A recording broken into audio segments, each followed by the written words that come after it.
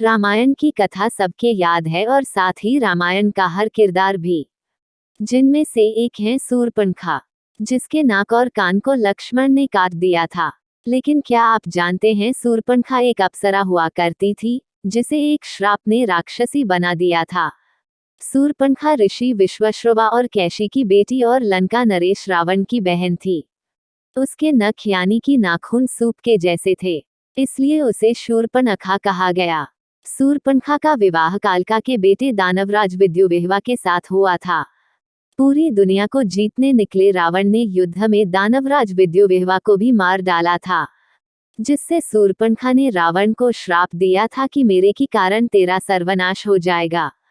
एक मान्यता ये भी है कि शूर्पणखा का पति दानवराज विद्युविह्वा विष्णु भक्त था और इसीलिए रावण ने उसका वध कर दिया था और अपनी बहन शूर्पणखा को भाई खर के पास भेज दिया था। खर दंडकारण्य में रहता था। इसी दंडकारण्य में श्रीराम वनवास के समय रह रहे थे।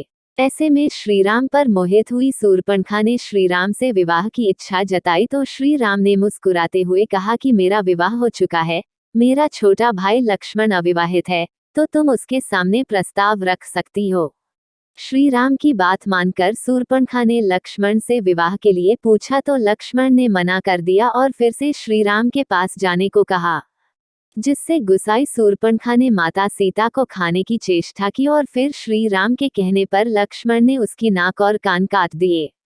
कहा जाता है कि शूर्पणखा पिछले जन्म में एक अप्सरा थी जिसका नाम नयनतारा था, जिसे इंद्र ने वज्रा नाम के ऋषि की तपस्या को रोकने के लिए भेजा था। तपस्या भंग होने पर ऋषि ने नयनतारा को राक्षसी होने का श्राप दिया था। लेकिन फिर नयनतारा की क्षमा याचना के बाद ऋषि ने कहा कि तुम्हें प्रभु दर्शन देकर श्राप से मुक्त करेंगे। जब शूर्पणखा के नाक और कान काटे गए तो उसको ज्ञान मिला और उसे पूर्वजन्म याद आ गया। फिर शूर्पणखा ने प्रभु श्रीराम की मदद की और प्रभु श्रीराम के हाथों ही खर, दूषण, रावण, कुंभकर्ण, मेघनाद को मरवा दिया। कहा जाता है कि इसके बाद शूर्पणखा पुष्कर जी में चली गई और जल में खड़ी होकर भगवान शिव का ध्यान करने लगी। ये भी कहा जाता है कि शूर्पणखा ने रावण वध के बाद गुरु शुक्राचार्य के आश्रम में शरण ली थी। कहा यह भी जाता है कि शिव आराधना के बाद भगवान शिव ने शूर्पणखा को दर्शन दिए थे और कहा था कि द्वापर युग में जब श्री राम कृष्ण अवतार लेंगे तब कुब्जा के रूप में तुम्हें कृष्ण से पति सुख मिलेगा। तब श्री कृष्ण तुम्हारी कुबड़ ठीक करके अप्सरा का मनमोहक रूप देंगे।